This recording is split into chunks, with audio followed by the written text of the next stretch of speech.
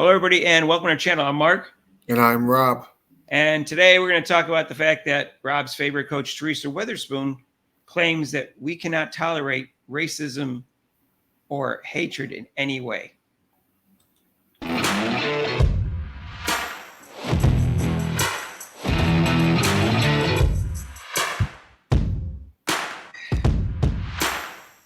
So, hey, if you haven't subscribed to our channel yet, please do so. Hit the notification bell when you do. If you like Caitlin Clark, subscribe. If you like football, subscribe. Just subscribe. Going for 5,000 subscribers, and we're getting real close. We need your help.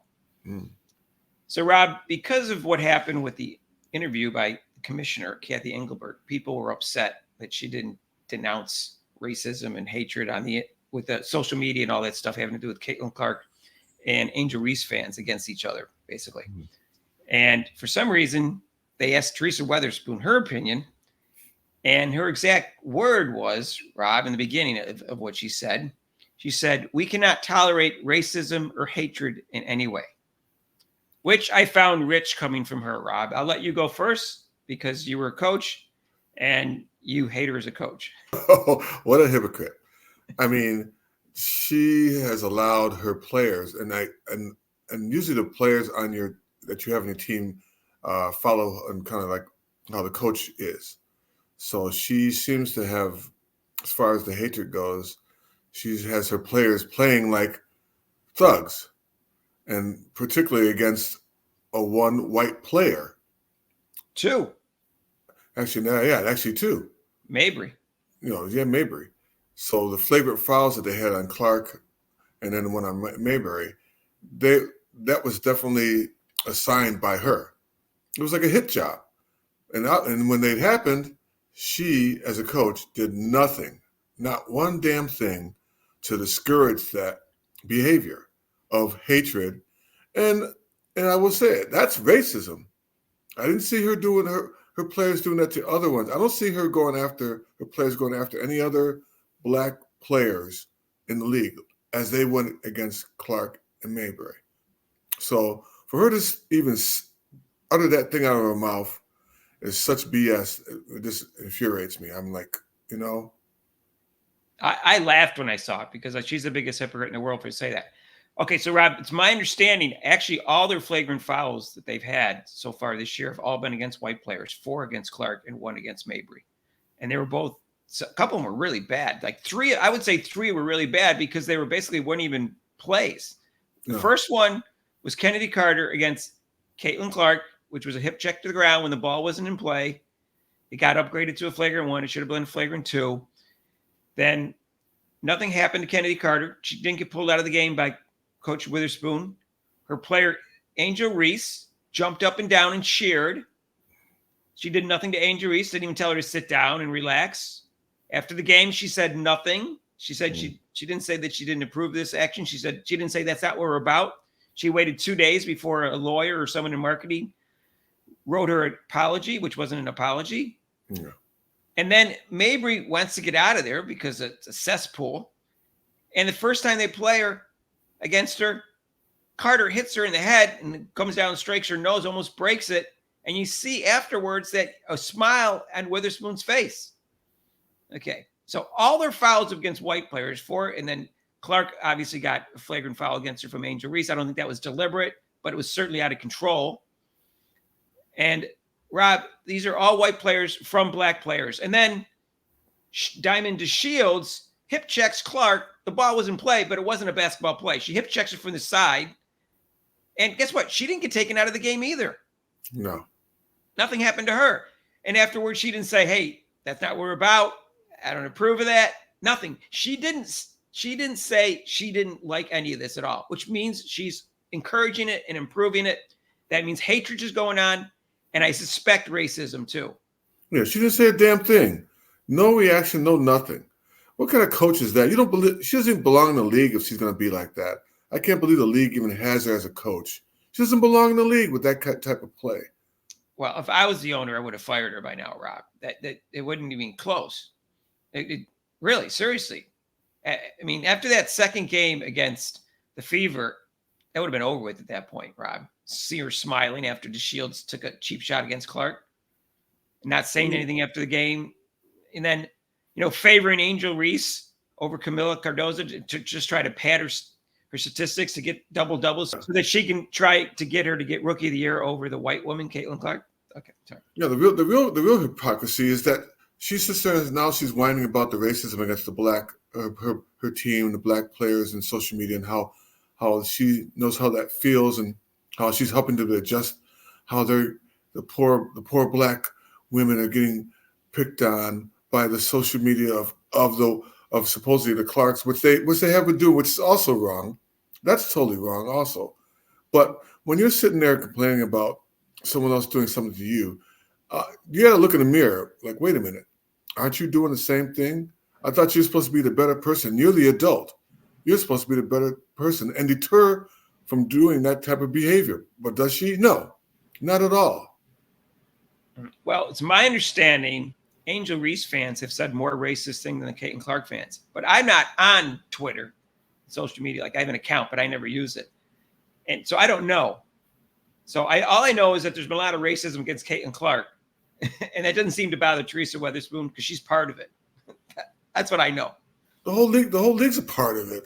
They're all in on it, which really is disgusting. The whole league, every coach, whatever, they're all in on this. And we talked about conspiracy. This is not even a conspiracy. This is a fact. You can see it. Anyone can see that this is going on.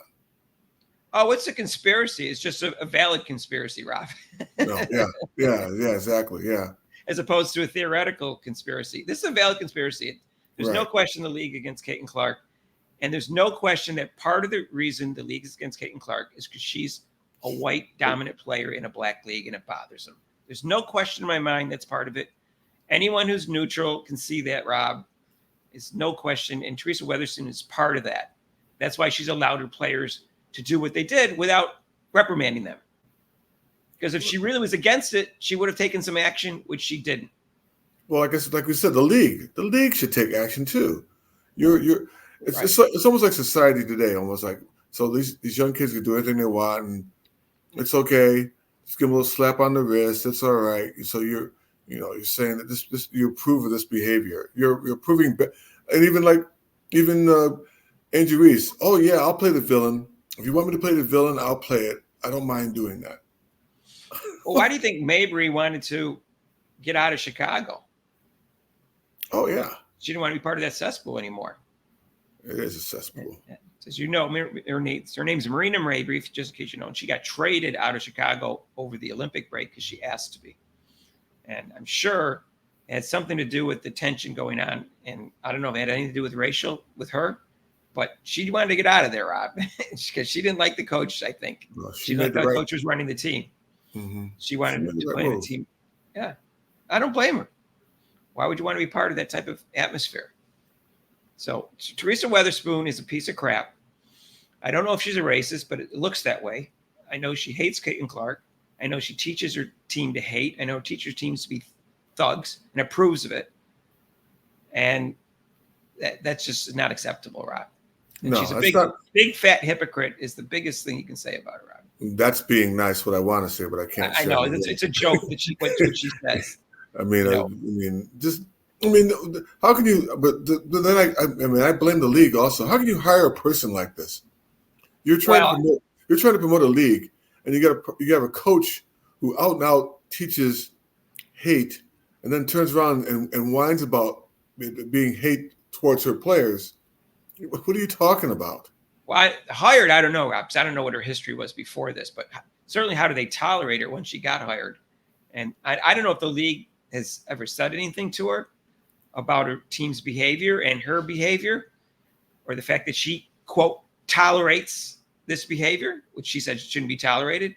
Because I think, Kathy Engelbert is as we call her, Kathy Brain Dead, as Ben Daniels' podcast came up with that name. She's incompetent and she's soft. So I don't even know if she said anything to her. Yeah, no, she obviously hasn't. Or the owner. I don't know if the owner said anything to her. One of the owners, Mark, Dwayne Wade.